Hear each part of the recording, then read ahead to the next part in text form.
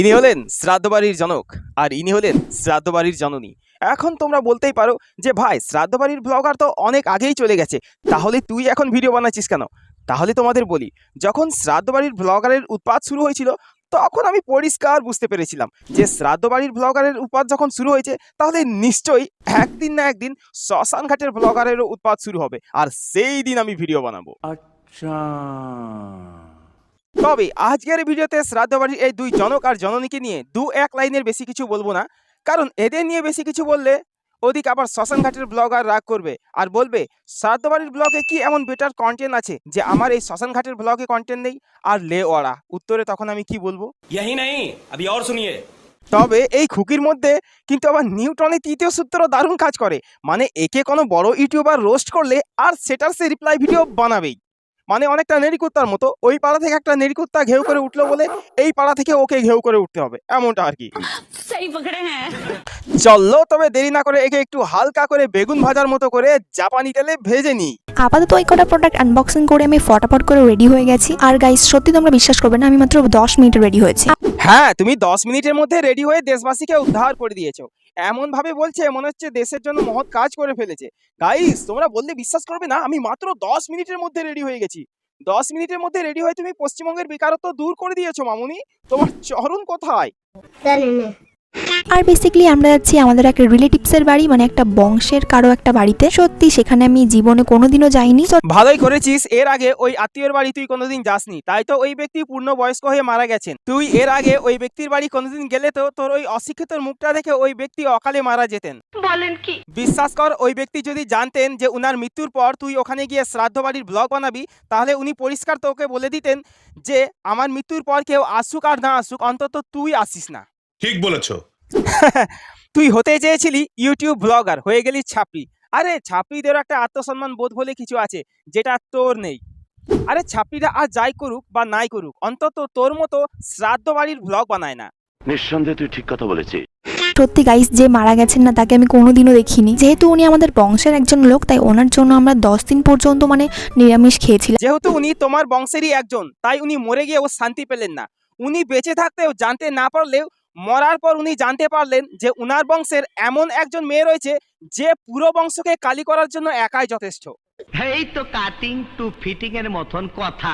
আর এই ধরনের মেয়েদের সন্তানদের শিক্ষাটা ঠিক এমন হবে, এদের মৃত্যুর পর তাদের সন্তানেরা ডিজে বক্স এনে নাচানাচি করবে। আর যখন পাড়া প্রতিবেশীরা জিজ্ঞাসা করবে তোরা কেমন সন্তান রে, তোদের মায়ের মৃত্যুতে তোরা ডিজে বক্স এনে নাচানাচি করছিস, সন্তানেরা উত্তরে বলবে মা যদি আত্মীয়ের মৃত্যুতে শ্রাদ্ধ বাড়ির ব্লগ বানাতে পারে, তাহলে আমরা কেন মায়ের মৃত্যুতে ডিজে বক্স এনে নাচানাচি করতে পারবো না? আর লে ওরা তখন আপনি কি উত্তর দেবেন? बात तो सही है। दौड़ना तो पड़ता है। আর এই খুকিকে পাত্রপক্ষ দেখতে এসে যখন জিজ্ঞাসা করবে মা তুমি কি পারো, তখন উত্তরে মামুনি বলবে আমি শ্রাদ্ধ বাড়ির ব্লগ ভালো বানাতে পারি। তখন পাত্রপক্ষ জিজ্ঞাসা করবে মা আমরা জানতে চাইছি তুমি রান্না বান্না ঘরের কাজ এসব কি পারো। উত্তরে মামুনি বলবে ওইসব আমি কিছু পারি না, আর ওইসবে আমার কোনো ইন্টারেস্টও নেই। আপনার আত্মীয়র কেউ যদি মারা যায় বলবেন আমি শ্রাদ্ধ বাড়ির ব্লগটা আমি নিজের হাতে বানিয়ে দেবো। আর পাত্রপক্ষ তখন রেগে গিয়ে বলবে এই বিয়ে ক্যান্সেল, হতচ্ছাড়ি মেয়ে, তুই মারা গেলে আমাদের খবর দিস, আমরা তো শ্রাদ্ধ খেতে আসবো আর সেটার ব্লগ বানাস, কেমন? আচ্ছা ঠিক আছে।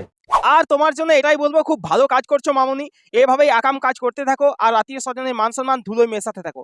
একে নিয়ে আর বেশি কিছু কথা বলবো না, কারণ ওদিকে শ্মশানঘাটের ব্লগার আবার লাইনে দাঁড়িয়ে অপেক্ষা করছে, সে আবদার করেছে তাকেও যেন আমি রোস্ট করি। চলো তবে দেরি না করে সেই শ্মশানঘাটের ব্লগারকেও একটু দেখে নিই। হঠাৎ শুনি আমার দিদা মারা গেছে আর সবাইকে যেতে হবে শ্মশানে। আমিও দেরি না করে ঝটাপট রেডি হয়ে চলে গেলাম শ্মশানে। দেখো শ্রাদ্ধ বাড়ির ব্লগ তো তোমরা অনেক আগেই দেখে নিয়েছো, এখন বাকি ছিল শ্মশান ঘাটের ব্লগ।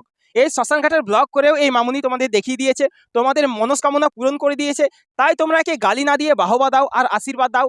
আজ সে শ্মশান ঘাটের ব্লগার হয়েছে, কাল যেন শ্মশান ঘাটের ডোম হতে পারে। গজব বেইজ্জতি है। এই মেয়ের দিদা মনে মনে বলছে ওরে মুখ পড়া নাতনি, আমি যদি আগে জানতাম যে আমার মৃত্যুর পর তুই শ্মশান ঘাটের ব্লগ বানাবি, তাহলে বিশ্বাস কর আমি মরে শ্মশানে না গিয়ে আগে তোকে মেরে জেলে যেতাম। তোকে আমি কি আদর স্নেহ ভালোবাসা দিয়ে বড় করে তুলেছিলাম আমার শ্মশান ঘাটের ব্লগ বানানোর জন্য। হে উপরওয়ালা, এ তুমি আমায় কেমন নাতনি দিলে, এর থেকে ঢের ভালো হতো একটা কুত্তার বাচ্চা দিতে। বলেন কি? হঠাৎ শুনি আমার দিদা মারা গেছে আর সবাইকে যেতে হবে শ্মশানে, নে ভাই, শ্মশানে যাচ্ছে তা আবার সাজুগুজু মেকআপ করে। তা মামনি, শ্মশানে গিয়ে কাকে পাঠাবে? ডোমকে? ওরা যাতে ডোম হতে পারে, ওদেরও বিবেক বুদ্ধি বলে কিছু আছে যেটা তোমার নেই। নিঃসন্দেহে তুই ঠিক কথা বলেছিস। দেশে যে যা করছে টানতে সবাই আমারে। হ্যাঁ, তোমাকে টানবে না তো কাকে টানবে? তুমিই তো সেই মহান ব্যক্তি, শ্রাদ্ধ বাড়ির ভ্লগার জননী। তোমাকে দেখেই তো তোমার বান্ধবী ললিতা ইন্সপায়ার হয়ে শ্মশান ঘাটের ব্লগ বানিয়েছে। এবার যাও, কোলাকুলি করে একে অপরকে শুভনন্দন জানাও।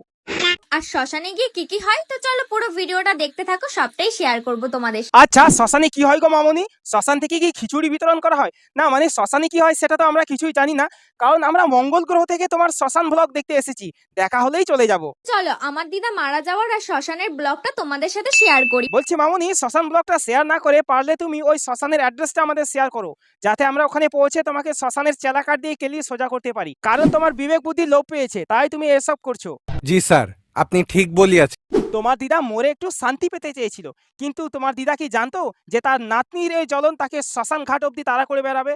মানুষ হয়ে জন্মালি বটে, মানুষ হতে পারলি না। আমি ভাবতেই পারিনি আমার দিদা আমাকে ছেড়ে চলে যাবে। আমার এইটা ভেবে খুবই খারাপ লাগছে যে আমার দিদা আমাকে ছেড়ে চলে গেছে এই দুনিয়া ছেড়ে। হ্যাঁ, যা তো তোমার মন খারাপ হচ্ছে সে তো তোমার মেকআপের বাহার আর মনের ফুর্তি দেখেই বোঝা যাচ্ছে।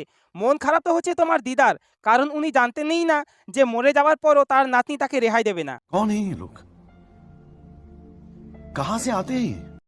আমার ছোটবেলার থেকে যার সাথে এত কথা এত কিছু, যাকে আমি সবকিছু শেয়ার করতাম, হাসি মজা দুঃখ, আমাকে কত রকম গল্পও বলতো। তাহলে যাকে তুমি সবকিছু শেয়ার করতে, যাকে তুমি সব থেকে কাছের মানুষ মনে করতে, তার স্নেহ ভালোবাসার প্রতিদান স্বরূপ তাকে এই শ্মশান ঘাটের ব্লগ উপহার দিলে? বাহ, তোমার বুদ্ধির প্রশংসা করতেই হয়।